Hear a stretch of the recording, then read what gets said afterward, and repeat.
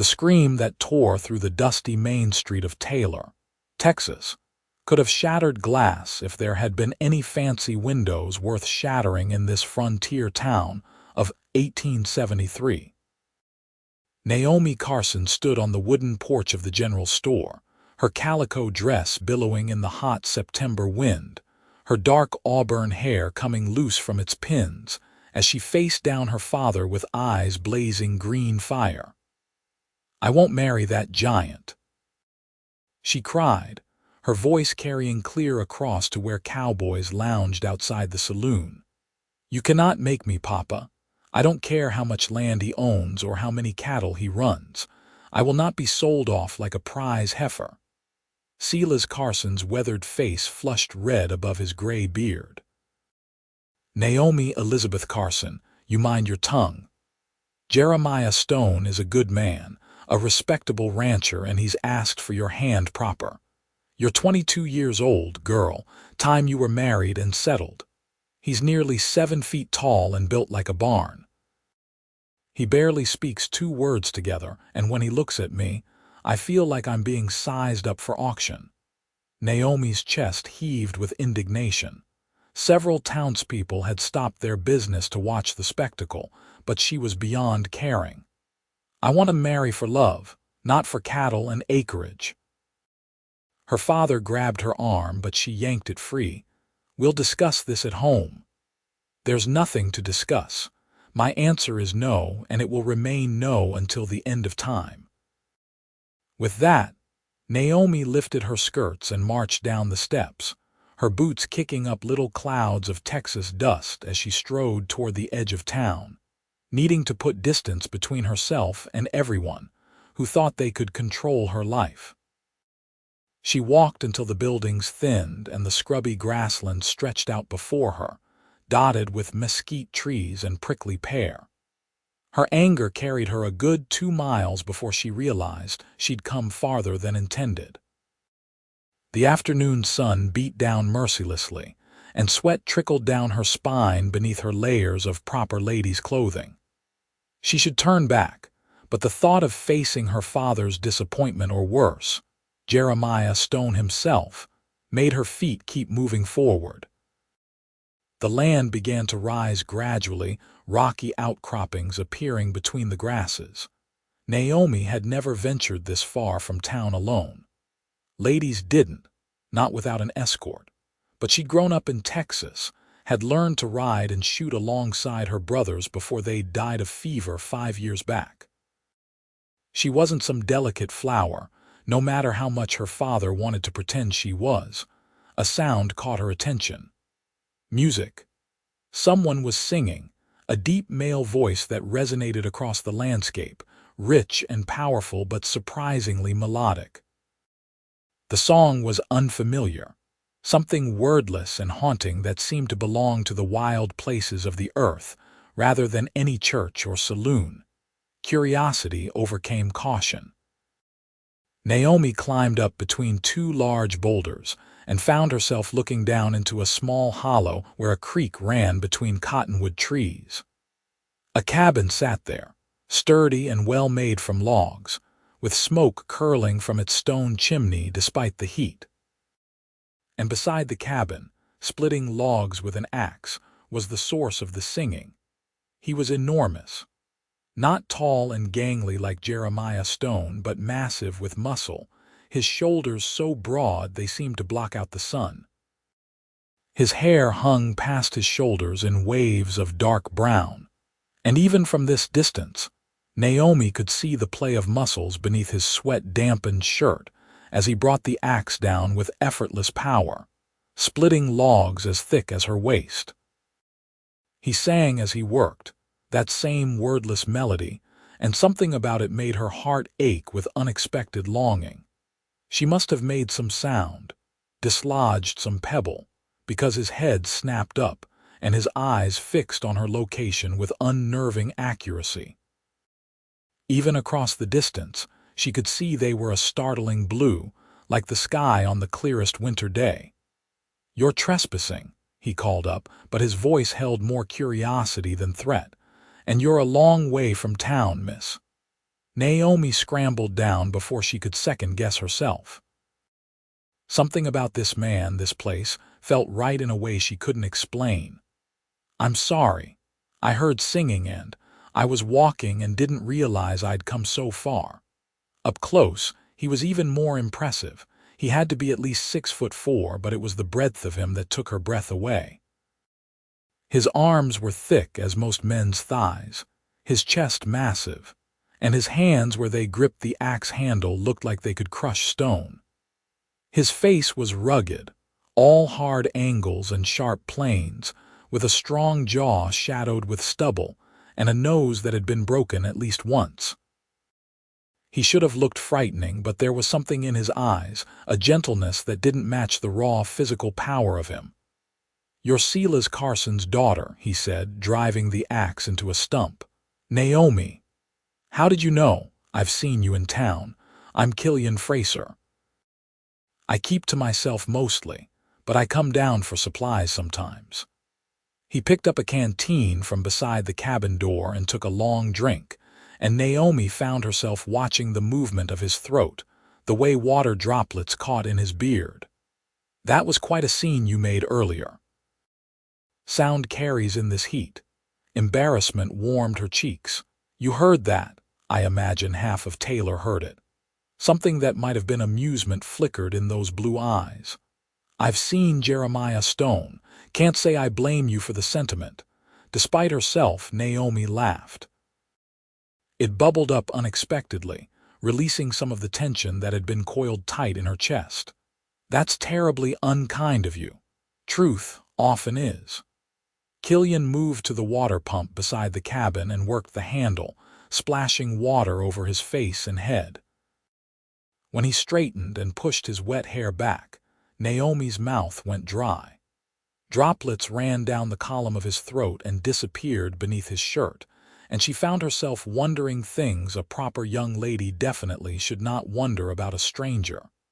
"Would you like some water?" he asked. "You look flushed, and it's a hot day for walking." She should refuse. She should thank him politely and head back to town. Instead, she heard herself say, "Yes, please." He gestured to a bench outside the cabin door, rough-hewn but sturdy. While she sat, he went inside and returned with a tin cup filled with cool water. Their fingers brushed as she took it, and something like lightning crackled up her arm at the contact. "Thank you, Mr. Fraser. Killian." He settled himself on the ground nearby, leaning against the cabin wall, clearly trying not to loom over her. "Mr. Fraser was my father. Then you must call me Naomi." She sipped the water, finding it sweet and cold. "Is this spring water from a spring up in the rocks?" "Best water in 3 counties." He stretched out his legs, and she noticed his boots were worn but well cared for, like everything else she could see. "You planning to marry Jeremiah Stone?" The directness of the question should have offended her, but somehow it didn't. "Not if wild horses drag me." "My father arranged it without asking me. He thinks because I'm past 20 and unmarried, I'm going to end up a spinster caring for him in his old age. Would that be so terrible? Caring for him, no. Having no life of my own, no choice in my future, yes." Naomi set the cup down on the bench. "My brothers died 5 years ago. Scarlet fever. After that, Papa became obsessed with securing my future, making sure I'd be provided for, but he wants to do it his way on his terms without caring what I want." "And what do you want?" No one had asked her that. Not once in all the discussions and arguments about her future had anyone simply asked what she wanted. Naomi looked out across the hollow, at the clear creek and the cottonwoods, at the solid cabin, and the man who'd built a life here on his own terms. "I want what everyone wants, I suppose. To be happy. To be with someone who sees me as more than a means to an end. To have a home that's mine, not just a place I've been installed in like furniture." She glanced at Killian and found him watching her with an intensity that made her breath catch. "I want someone to love me, not the idea of me or what I can bring them." That doesn't seem like too much to ask. You'd be surprised. She stood, brushing dust from her skirt. I should get back before dark. Papa will already be furious. No need to add genuine worry to the mix. Killian rose as well, unfolding from the ground with surprising grace for a man his size. I'll walk you back. Not safe for a woman alone with darkness coming on. That's not necessary. Maybe not, but I'm doing it anyway. He went into the cabin and emerged with a rifle which he slung over his shoulder. Besides, I need to have a word with the blacksmith about some tools. Been putting it off. They walked in comfortable silence for a while, the land stretching out around them in shades of gold and brown as the sun sank lower. Killian matched his stride to hers, and Naomi found herself acutely aware of his presence beside her, the solid strength of him, the way he constantly scanned their surroundings with the alertness of a man used to taking care of himself in wild country. "That song you were singing," she said. "What was it?" "Something my mother taught me. She was from Scotland originally, came over as a girl. She knew all the old songs, the ones from the Highlands and the Islands. That one's supposed to be about the sea, I think, but she sang it to me when I was small." His voice had softened, grown distant with memory. "She said music was good for the soul, kept it from going hard. It was beautiful. I've never heard anything like it. I'll teach it to you sometime if you'd like." The casual assumption that there would be a sometime, another meeting, sent warmth through her chest. "I'd like that very much." As they approached Taylor, the last rays of sun turning everything orange and red, Killian stopped at the edge of town. "Best you go the rest of the way alone. Tongues already wag about you refusing stone. No need to give them more fuel." "You're probably right." Naomi was surprised by how reluctant she was to leave him. In just an hour or so, this mountain of a man had made her feel more understood than she'd felt in years. "Thank you for the water and the company. Any time." He touched his fingers to his forehead in a casual salute.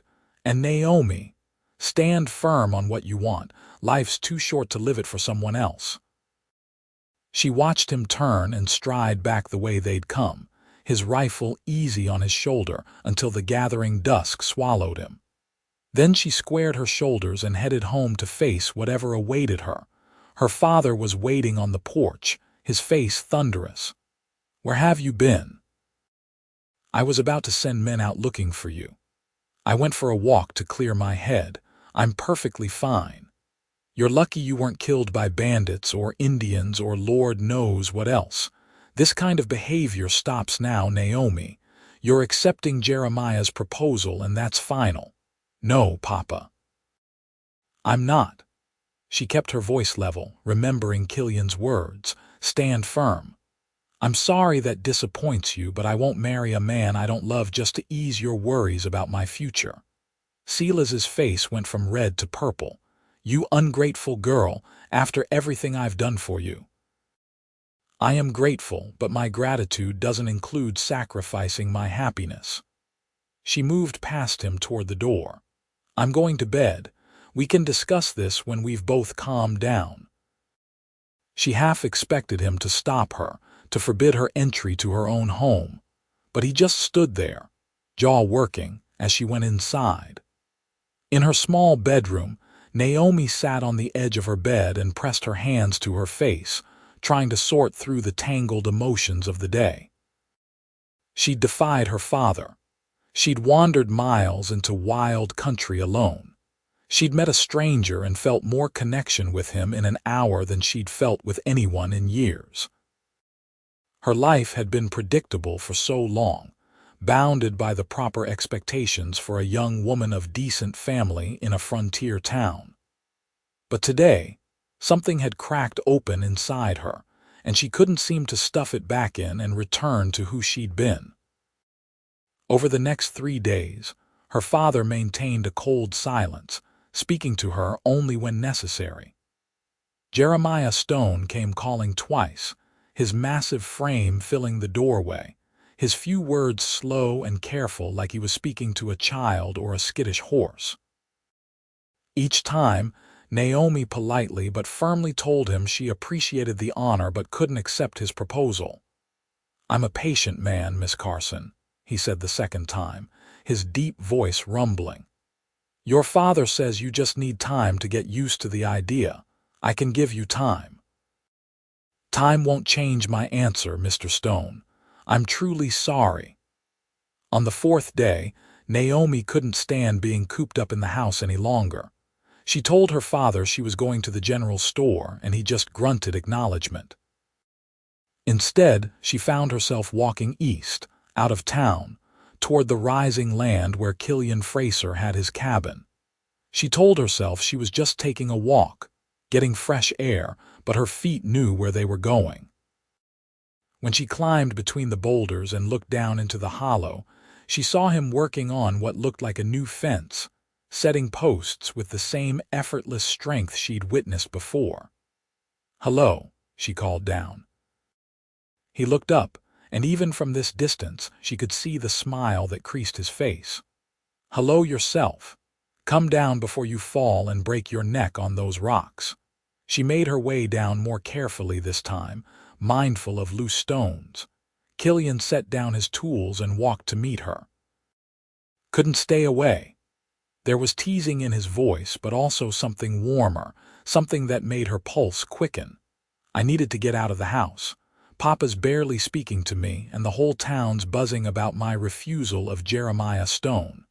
She brushed dust from her skirt. "Your hollow seemed like a peaceful place to escape to." "It is that," he gestured toward the creek. "I was about to take a break, want to sit a spell." They settled on a fallen log by the water, the cottonwood leaves rustling overhead, and Naomi felt tension she hadn't realized she was carrying drain away. There was something profoundly restful about this place, about Killian's quiet presence. "How long have you lived here?" she asked. "Built the cabin 4 years ago. Before that, I was up in the mountains of Colorado, trapping and hunting. Got tired of the cold winters and the isolation. This seemed like a good middle ground, close enough to civilization to get supplies, far enough out that people leave me be." "Don't you get lonely sometimes?" He picked up a flat stone and sent it skipping across the water with a flick of his wrist. "But I'm not much for crowds. Never have been. When I was younger, my size made people nervous.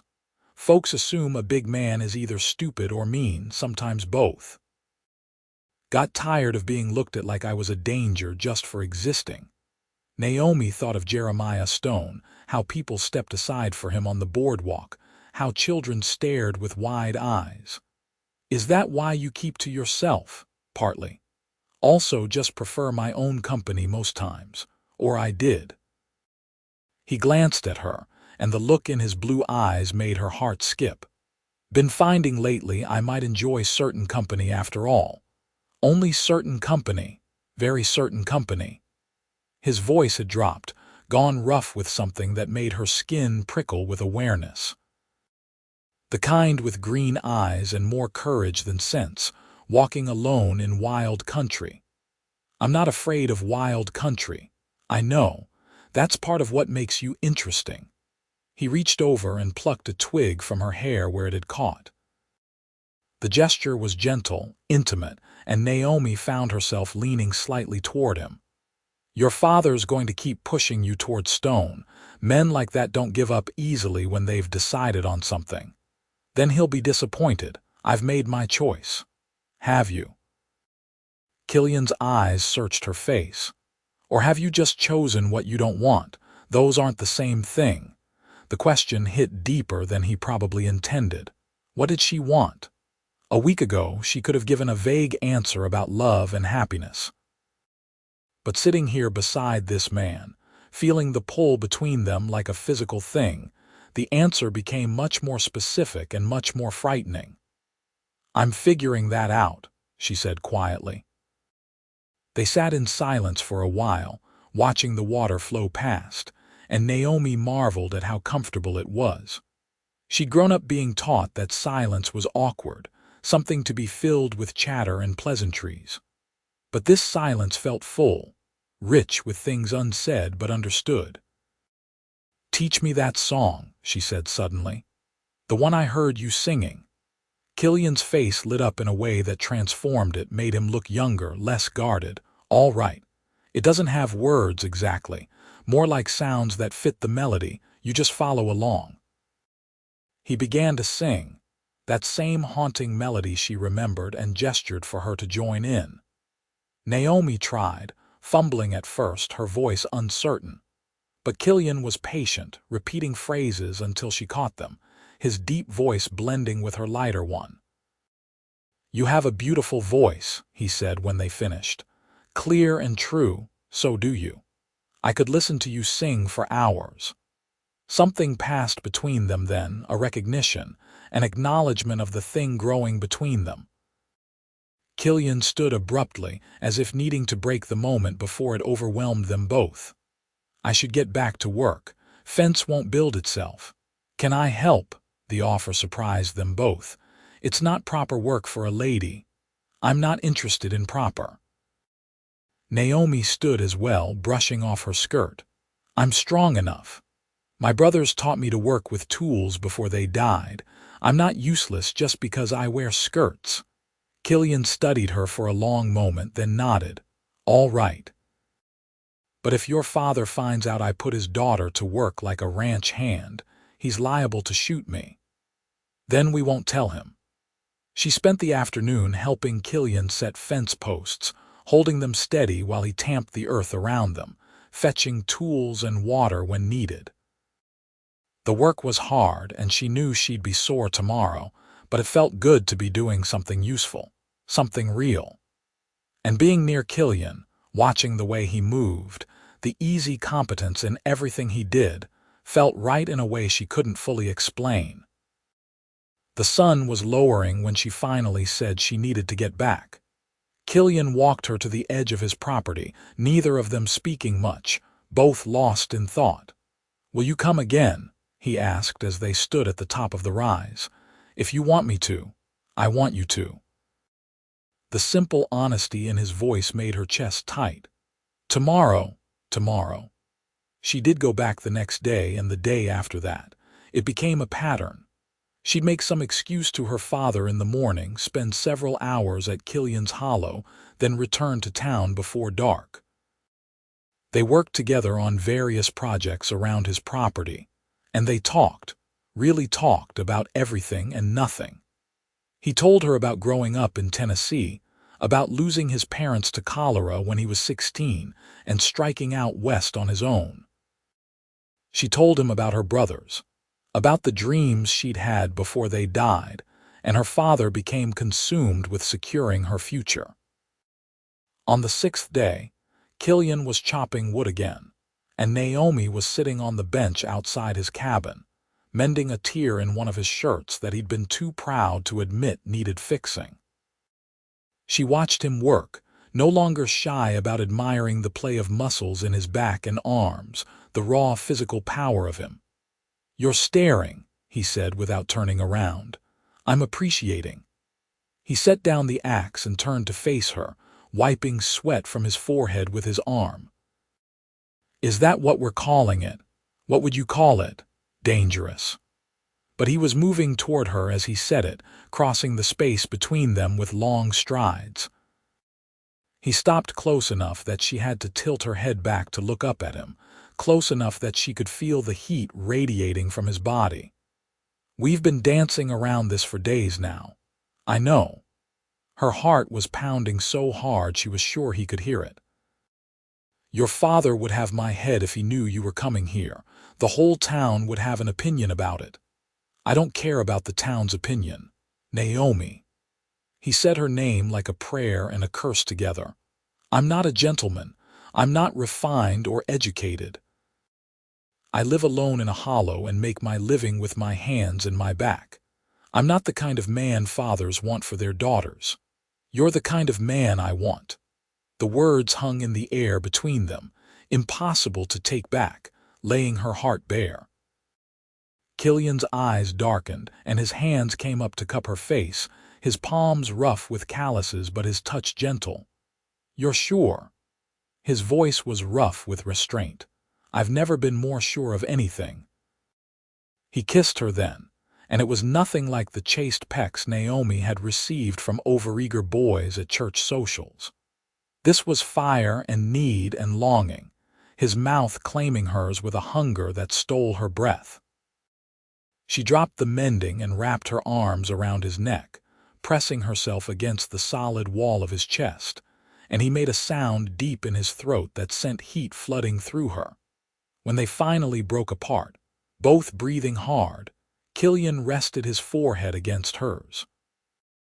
"I've been wanting to do that since the first moment I saw you climb down into my hollow." "Why didn't you?" "Because once I started, I wasn't sure I could stop." He pulled back enough to look at her, his blue eyes intense. "I'm falling in love with you, Naomi, maybe already fell. And I don't know what to do about it. I'm falling too." The admission felt like stepping off a cliff, exhilarating and terrifying together. "Maybe we don't need to know what to do about it right now. Maybe we just let it happen. Your father will never accept me. I have land and a cabin, but I'm not wealthy.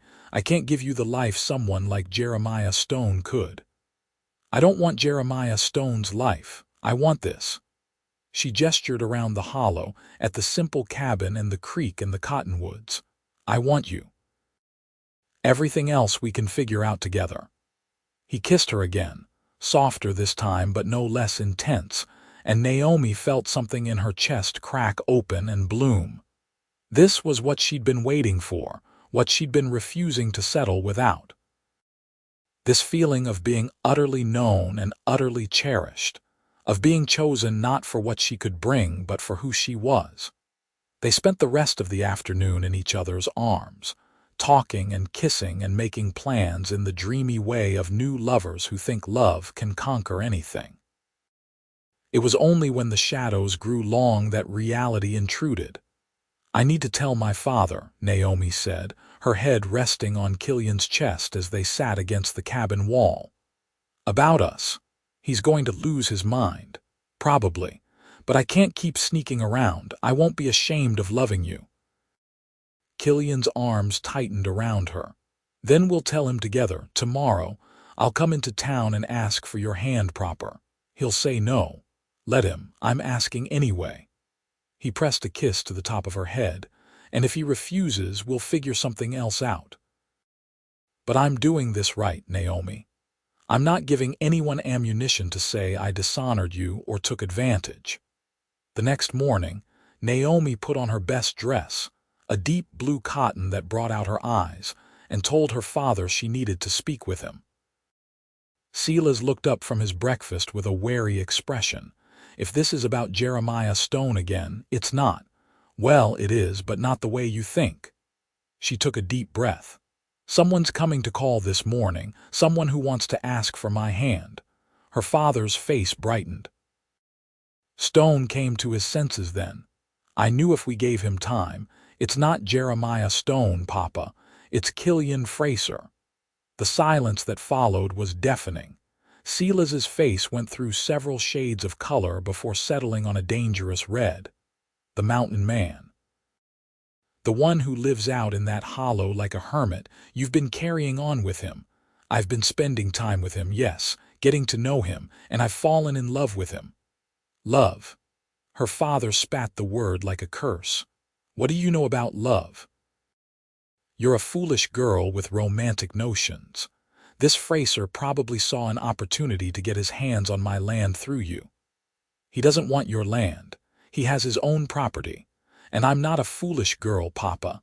I'm a woman grown and I know my own mind." Before Silas could respond, a knock sounded at the door. Naomi went to answer it, finding Killian on the porch. He'd cleaned up, his hair pulled back, his best shirt on, but there was no disguising his size or the raw power of him. He looked like what he was, a man of the wilderness, and Naomi loved him all the more for it. "Mr. Carson," Killian said, his voice steady and respectful. "I'd like to speak with you about your daughter." Silas had followed Naomi to the door, and he looked Killian up and down with undisguised hostility. "Get off my porch, Papa," Naomi gasped. "I mean no disrespect, sir," Killian continued, not backing down. "I'm here to ask permission to court Naomi, with the intention of asking for her hand in marriage if she'll have me." "Court her? Marriage? You've got some nerve coming here. My daughter is not marrying some wild man who lives like a savage. She's got a proper proposal from a proper man, and that's who she'll marry." "I won't marry Jeremiah Stone," Naomi said firmly. "I've told you that repeatedly, and if you can't accept my choice, then I'll make it without your blessing." Silas's face went darker. "You defy me under my own roof. After everything I've sacrificed for you. I'm grateful for everything you've done, Papa, but I'm not a child anymore, and my life is my own to live." She moved to stand beside Killian, taking his hand in hers. The gesture was deliberate, claiming him publicly. "I love him. And whether you approve or not, I'm going to be with him. Then you can do it without my support, without my name, without any inheritance." Silas's voice shook with anger. "You walk out that door with him, Naomi, and you're no daughter of mine." The words hit like physical blows, but Naomi forced herself to stand firm. "If that's your choice, I'm sorry for it, but my choice is made." She turned and walked down the porch steps with Killian beside her, half expecting her father to call her back, to realize he'd gone too far. But only silence followed them down the street, and when she glanced back, the door was closed. "I'm sorry," Killian said quietly as they walked. "I know that wasn't what you hoped for. I hoped he'd understand, but I knew he might not." Naomi blinked back tears, refusing to let them fall where the watching town could see. "I just wish he could see what I see in you. Give him time. Anger cools eventually."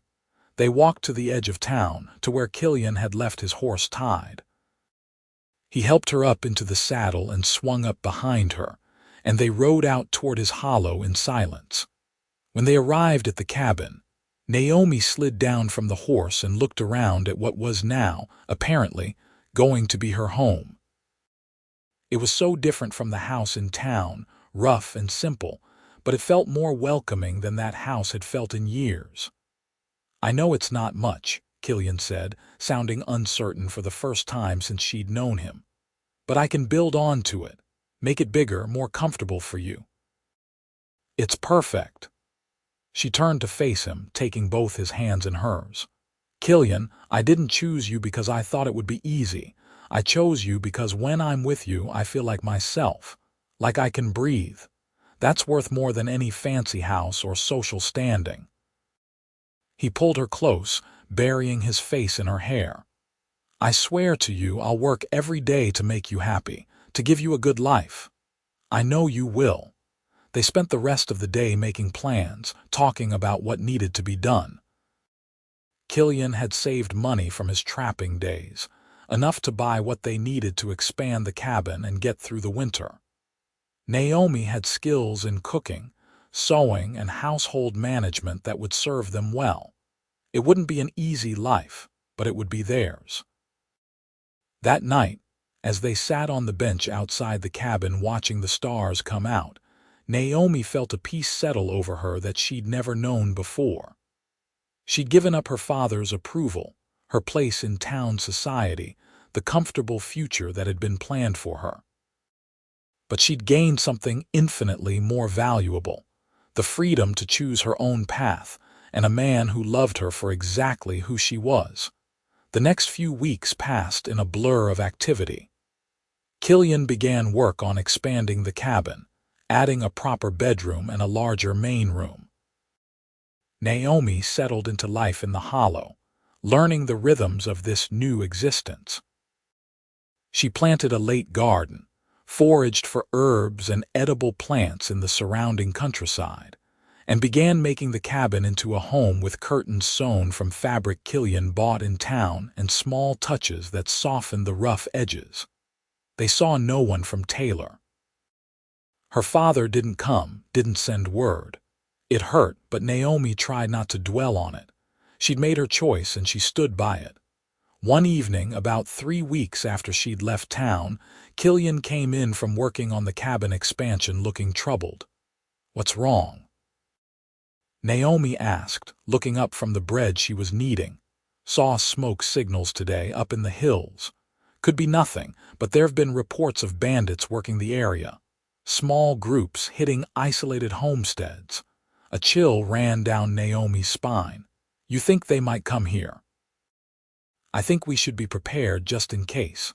I'm going to make sure the rifle's loaded and keep it close. And I want you to learn how to use my pistol if you don't already know how." "My brothers taught me to shoot when I was 12. "Good. Then we'll practice tomorrow, make sure you remember." He came to stand behind her, wrapping his arms around her waist and resting his chin on top of her head. "I'm probably being overly cautious, but I'd rather be prepared and have nothing happen than be caught off guard. I trust your judgment." But that night, as she lay in Killian's arms in the bed he'd built specially to accommodate his size, Naomi found sleep elusive. She'd been so focused on the immediate challenges of defying her father and building a life with Killian that she hadn't fully considered the dangers of living so far from town, isolated and alone. The next morning, Killian set up targets and had Naomi practice with both the rifle and the pistol. Her aim was rusty but came back quickly, and by the end of an hour she was hitting what she aimed at more often than not. "You're good," Killian said approvingly. "Better than most men I know." My brother Samuel was patient.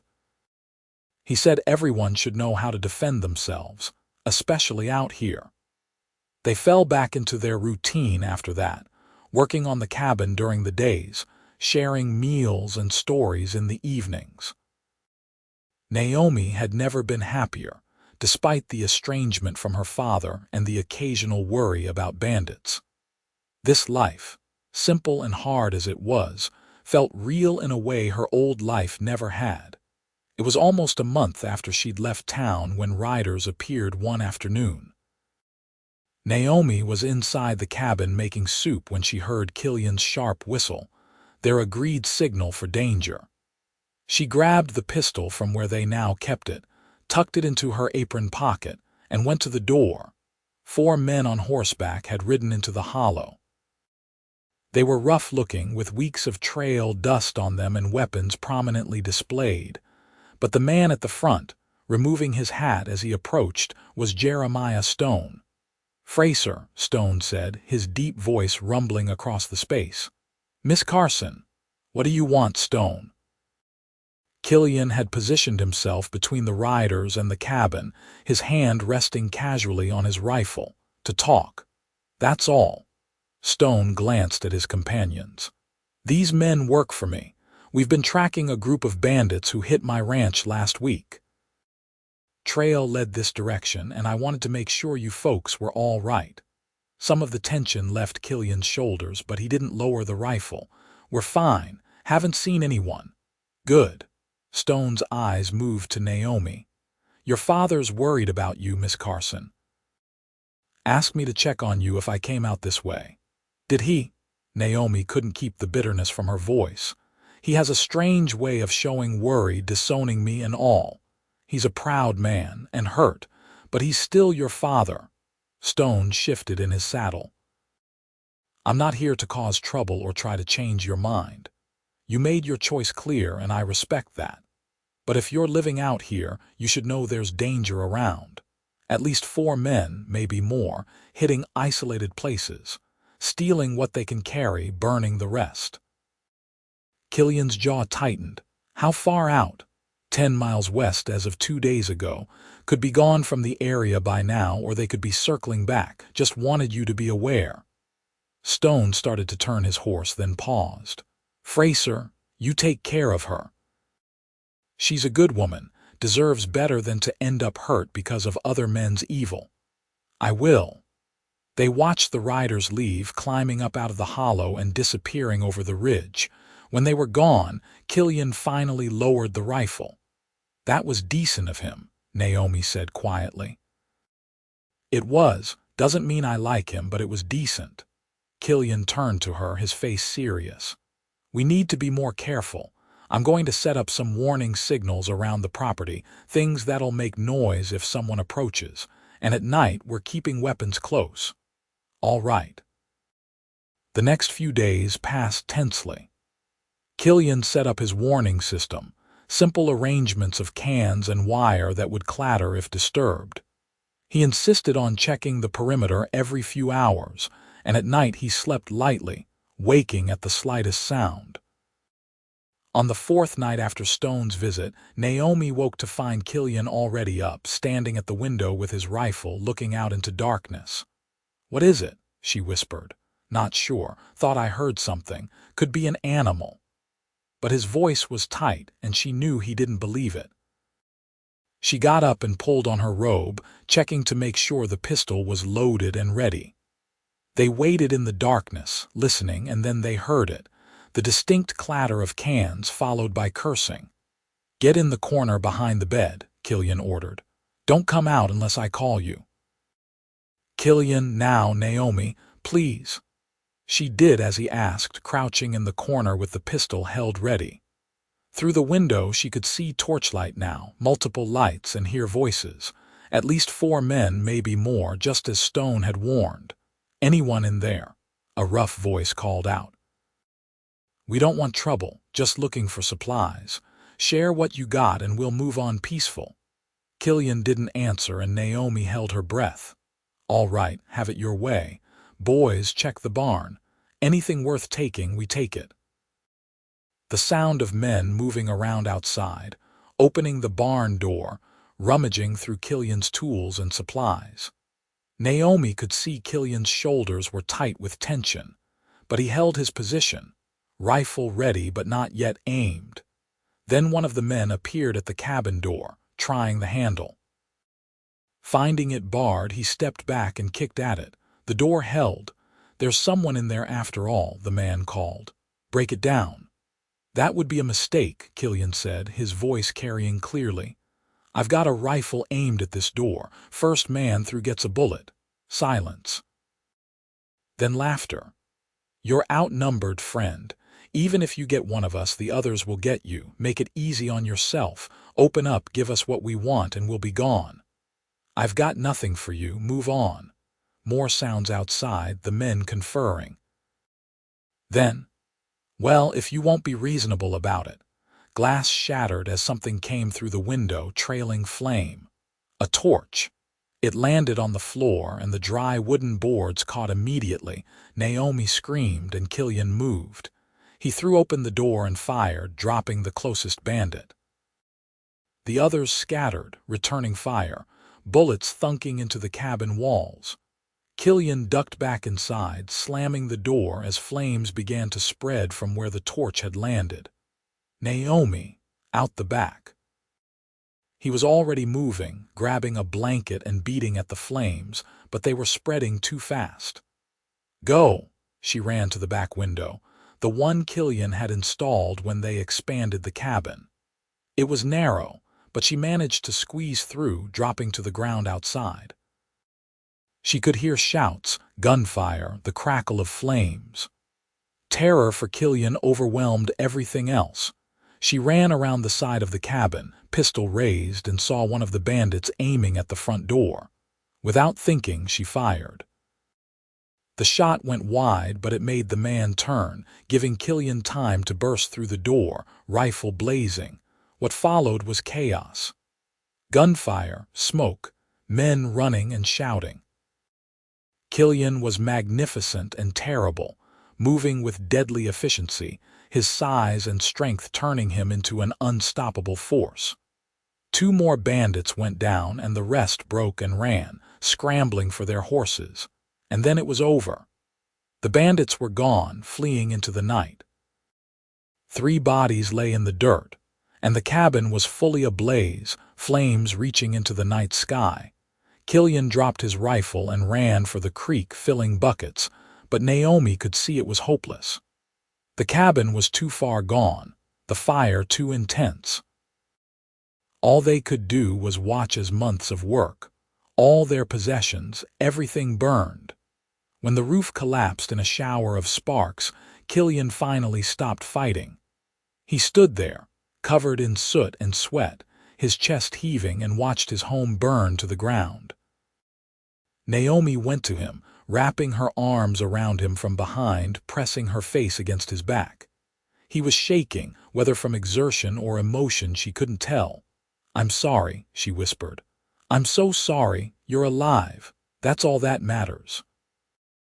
His voice was rough with smoke and something else. "When I saw that torch come through the window, all I could think was I had to get you out. Nothing else mattered." They stood like that until the fire burned itself out, leaving only smoking ruins and the stone chimney standing sentinel. As dawn began to lighten the eastern sky, Killian finally moved.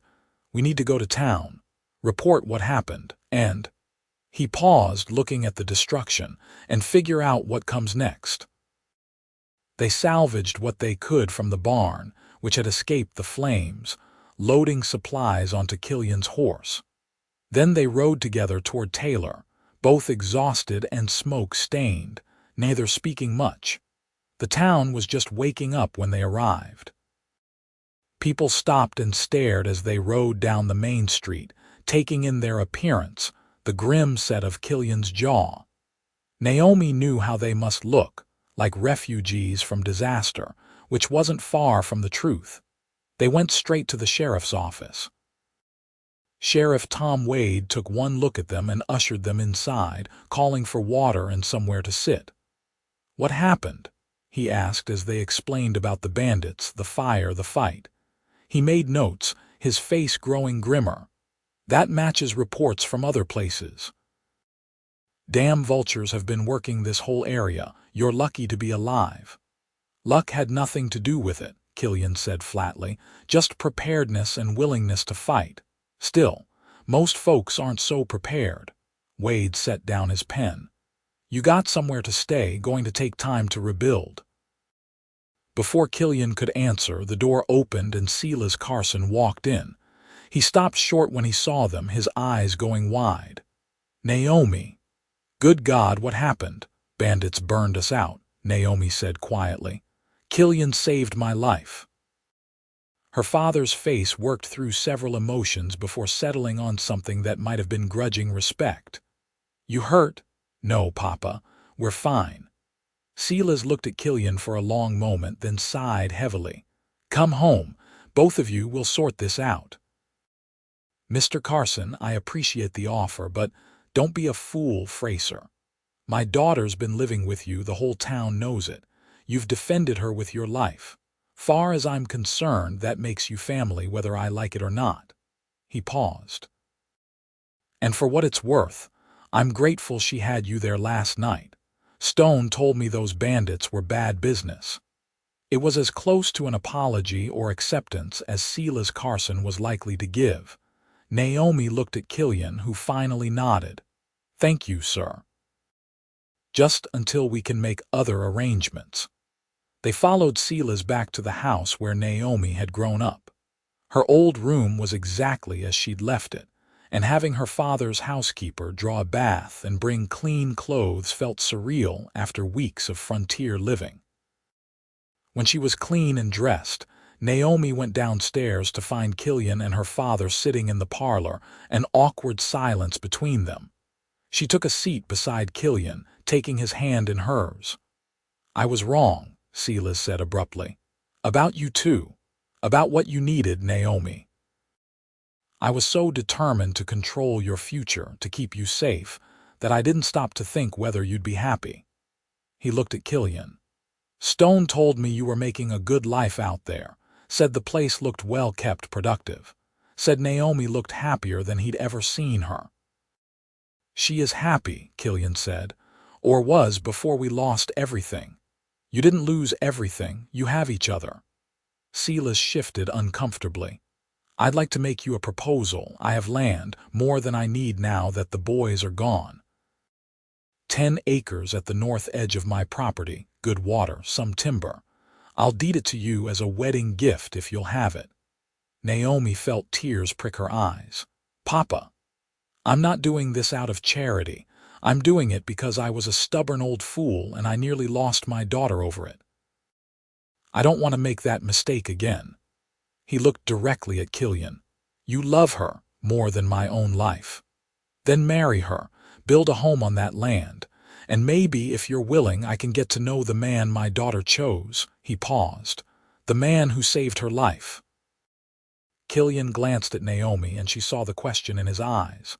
She nodded, smiling through her tears. "We accept," Killian said. "And thank you, sir. I know that wasn't easy to offer. Nothing worth doing is easy. Took me nearly losing Naomi to learn that."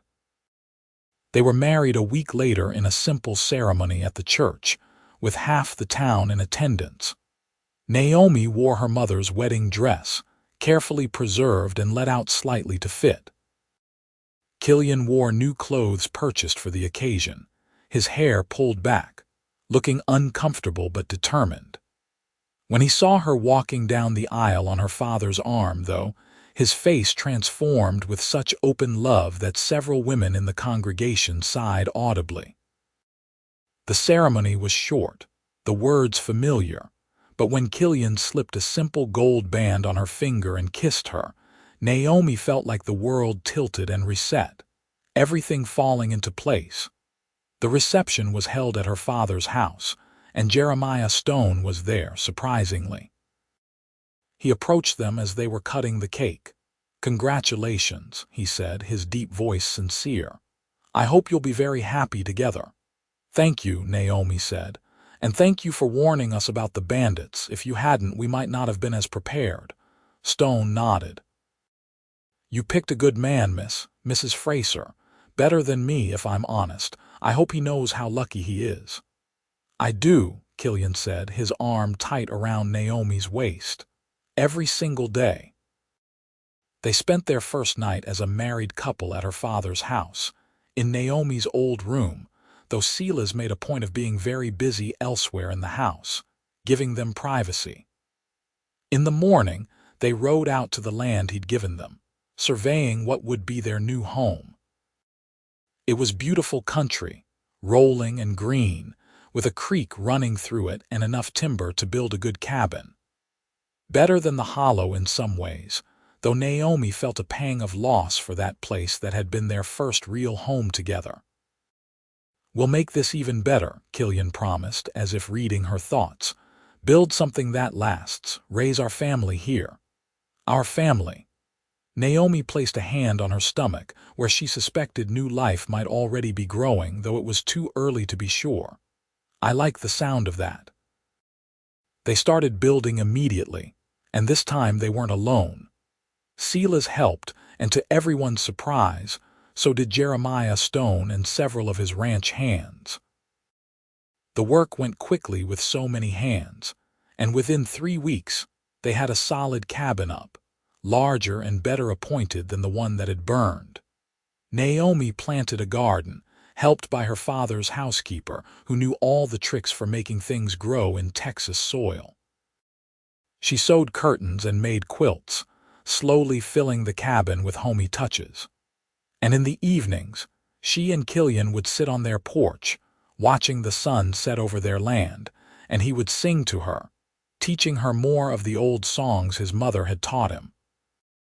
It was during one of these evenings, about 2 months after they married, that Naomi told him her suspicions had been confirmed.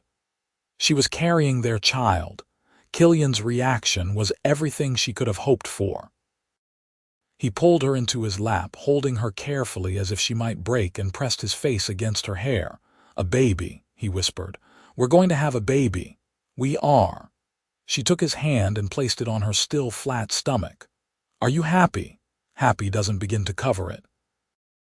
He pulled back to look at her, and his eyes were wet. "You've given me everything, Naomi. A home, a family, a reason to build something that lasts. I spent so many years just surviving, drifting from place to place. But now I have purpose. Now I have you." The pregnancy progressed smoothly, though Naomi found the Texas summer heat oppressive as her belly grew. Killian was endlessly attentive, constantly checking that she wasn't overdoing things, bringing her cool water, fanning her when the nights were too hot to sleep. One evening in her 6th month, when her belly had become quite round and she was feeling large and ungainly, Naomi was sitting on the porch trying to cool off. Killian came out from inside the cabin and sat beside her, taking her hand. "Can I try something?" he asked. "Try what?" Instead of answering, he shifted so he was kneeling in front of her, and before she could ask what he was doing, he pressed his face gently against her swollen belly and began to sing. It was the old Scottish song he'd taught her, the one about the sea, and his deep voice resonated through her, making the baby shift and move. Naomi felt something inside her crack and melt, tears streaming down her face as this massive, powerful man sang so sweetly to their unborn child. His hands were gentle on her belly, his voice tender, and she had never loved him more than in this moment. "Killian," she whispered when he finished, and her voice was thick with emotion. He looked up at her, and there were tears on his face too. "I love you so much, both of you. I want this baby to know that, to hear my voice and know that their papa loves them more than anything." She pulled him up and kissed him, tasting salt from both their tears, and the baby kicked between them as if in agreement. He made a habit of it after that, singing to her belly every evening, sometimes the old songs, sometimes new ones he made up. The baby always responded, moving and kicking, and Naomi would watch her husband's face light up with wonder at each movement.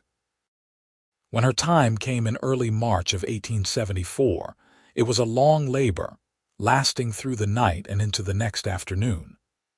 Killian stayed with her the whole time, holding her hand, singing to her when the pains grew too intense, his strength a rock she could lean on.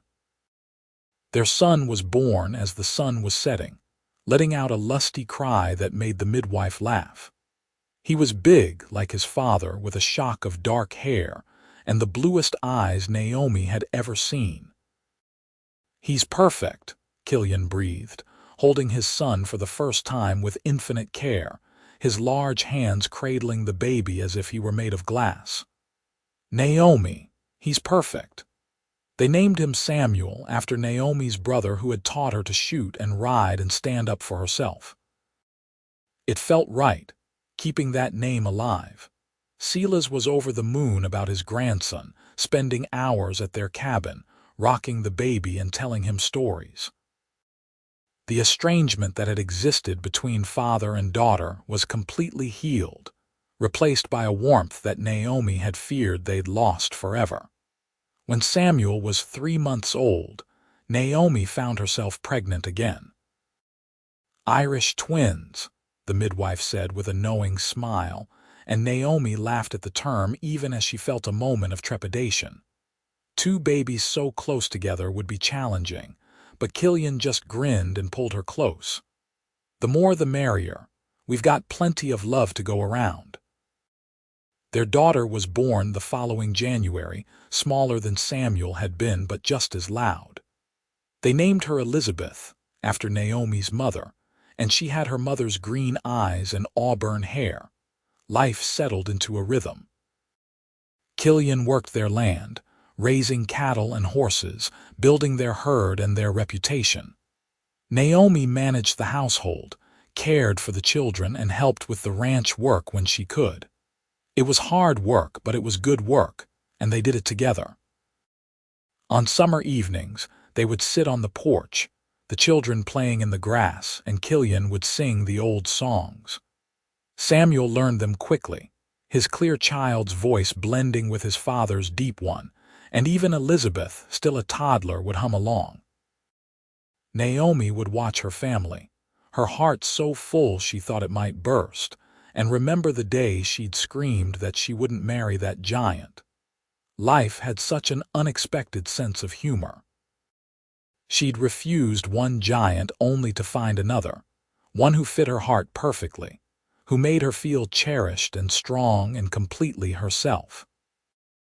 One evening when Samuel was 4 and Elizabeth was 3, and Naomi was nursing their newest addition, a second daughter they'd named Catherine, Killian sat beside her and pulled her close. "You ever regret it?" he asked quietly. "Giving up your place in town, the comfortable life you could have had?" Naomi looked around at their cabin, at their children, at the land they'd built their life on. She looked at her husband, this mountain of a man who sang to their babies and held her like she was precious beyond measure. "Not for a single moment," she said.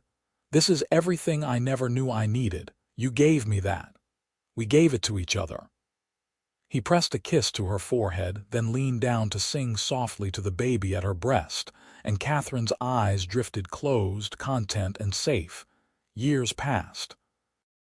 They added to their cabin as the family grew, eventually having 6 children in total, 4 daughters and 2 sons. The ranch prospered, becoming one of the most successful in the area. Silas lived to see all his grandchildren, passing peacefully in his sleep when Samuel was 12, having made his peace with everything and everyone. Jeremiah Stone married eventually, a widow from Austin, and he and Killian developed an unexpected friendship, their 2 families visiting back and forth. Stone's children and the Fraser children grew up together, running wild across the Texas grasslands. But through all of it, through the challenges and joys, the hard times and the abundant times, Killian and Naomi remained the foundation. Their love, which had started with defiance and grown through crisis, proved to be the kind that lasted. The kind that deepened with time, weathering everything life threw at them. On their 20th anniversary, Killian took Naomi back to where his first cabin had stood, now overgrown with grass and wildflowers. They stood in the hollow looking at the spot where they'd fallen in love, and he pulled her close. "I'd do it all again," he said. "Every hard moment, every struggle, as long as it led me to you." "You saved me," Naomi said, touching his face, now lined with years but still strong, still the face she loved more than any other. "Not just from the bandits, from a life that would have made me miserable. You showed me what love could be. You saved me right back. Gave me a reason to be more than just a man surviving alone. You gave me a family, a purpose, a home." He kissed her, slow and sweet. "My mountain flower." Their children were grown now, the oldest already married and starting families of their own. But Killian and Naomi still had years ahead of them. Years to watch their family grow, to enjoy the life they'd built together through courage and love and sheer determination. They walked back to their ranch hand in hand, their grandchildren running to meet them, and Killian scooped up the smallest one, singing as he swung her around. The old Scottish song about the sea, the one he'd sung to Naomi's belly all those years ago, the one that had become their family's lullaby. Naomi watched him with their grandchildren, this giant of a man who was so gentle with the small ones, so patient and loving, and felt the same melting sensation she'd felt that first time. Some things never changed, no matter how many years passed. That evening, sitting on their porch watching the sunset paint the Texas sky in shades of orange and red, their children and grandchildren gathered around them, Killian took Naomi's hand and squeezed gently. "No regrets?" he asked, as he had so many times over the years. "Not a single one," she answered, as she always did. "You? Only that I didn't meet you sooner, could have loved you longer. We have now, and all the years ahead. That's enough. More than enough. It's everything." As the sun sank below the horizon and the stars began to appear, one of their daughters asked for a song. Killian smiled and began to sing, and one by one, the family joined in, their voices blending in the warm Texas night. Naomi closed her eyes and listened, surrounded by the people she and Killian had created together. the life they'd built from nothing but love and courage. She thought back to that girl who'd screamed her refusal on a dusty street, who'd walked alone into wild country and found a mountain man who'd stolen her heart. She'd refused to marry a giant and ended up marrying one anyway. The right one. The one who sang to her babies and held her through storms and built a love that would echo through generations. The one who'd shown her that sometimes the best things in life come when you're brave enough to say no to what's expected and yes to what sets your soul on fire. As the singing continued around her, Naomi leaned her head on Killian's broad shoulder and smiled. This was her happily ever after, built not on fairy tale magic but on real love, the kind that lasted through everything because it was chosen every day, renewed with every touch, every song, every moment spent together. The Wild West had been tamed in many ways, civilized and settled, but in this corner of Texas, in this family, the fierce, independent spirit that had driven a young woman to defy her father and a mountain man to risk everything for love lived on. It lived on in their children's laughter, in the songs they sang, in the way they held fast to each other through whatever came. And years later, when Naomi's grandchildren asked her to tell them the story of how she and their grandfather met, she would smile and begin with the truth. I once said I wouldn't marry that giant, but then he sang to my belly and I melted, and that changed everything. It was a story of defiance and destiny, of courage and consequence, of two people who found each other against all odds and built something beautiful together. It was their story, unique and universal at once, a testament to the power of choosing love over convenience, passion over propriety, heart over expectation. The Fraser Ranch continued to thrive for generations, a lasting monument to what Killian and Naomi had built together. But more than the land or the cattle or the house, their greatest legacy was the love they'd shared, the family they'd raised, and the example they'd set of what it meant to fight for what you believed in and to cherish what you'd won. As Naomi grew old beside her mountain man, her auburn hair turning silver, her hands growing gnarled with work, she never once forgot the gift she'd been given. The gift of choice, of love, of a life lived on her own terms beside a man who valued her for exactly who she was. And Killian, whose strength remained long into his later years, never stopped singing to her.